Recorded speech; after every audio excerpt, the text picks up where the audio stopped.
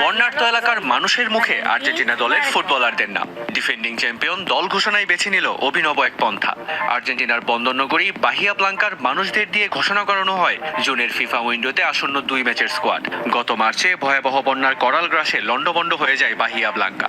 16 জনের মৃত্যু ও প্রায় 1200 মানুষ বাস্তুহারা হয়েছিল সেই প্রাকৃতিক দুর্যোগে। তাদের স্মরণে বাহিয়ার নানা বয়স ও পেশার নাগরিকদের মুখেই এবার প্রকাশ করা হয়েছে মেসির দল।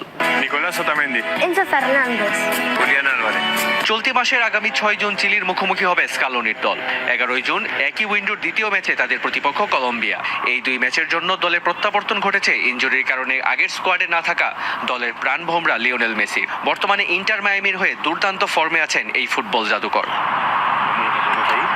দল ঘোষণায় যেমন ছিল চমক, দলেও আছে ঠিক তেমনি চমক। স্কালোনির এই দলে বড় চমক বেলগার্নোর 21 বছর বয়সী ডিফেন্ডার মারিয়ানো ত্রৈলো, রিভার প্লেটের 17 বছর বয়সী ফরওয়ার্ড ফ্রাঙ্কো মাস্তান্তুওনো এবং ইন্ডিপেন্ডিয়েন্টের 23 বছর বয়সী সেন্টার ব্যাক কেভিন লোমোনাকো। বিশ্বকাপের আগে রক্ষণভাগে নিজেদের শক্তি সামর্থ্য পরখ করতেই এই নতুন মুখদের দলে সুযোগ দিয়েছেন স্কালোনি। এদের সঙ্গে আছেন অভিষেকের অপেক্ষায় মিডফিল্ডার এনজো বারেনিচিয়া।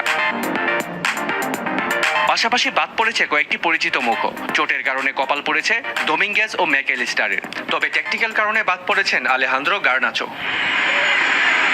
লাতিন আমেরিকার মধ্যে সবার আগে 2027 বিশ্বকাপের টিকিট কেটেছে ডিফেন্ডিং চ্যাম্পিয়নরা। 14 ম্যাচে 31 পয়েন্ট নিয়ে টেবিল টপার আলবিসেলেস্তারা। মেহেদি রিয়ান, যমুনা স্পোর্টস।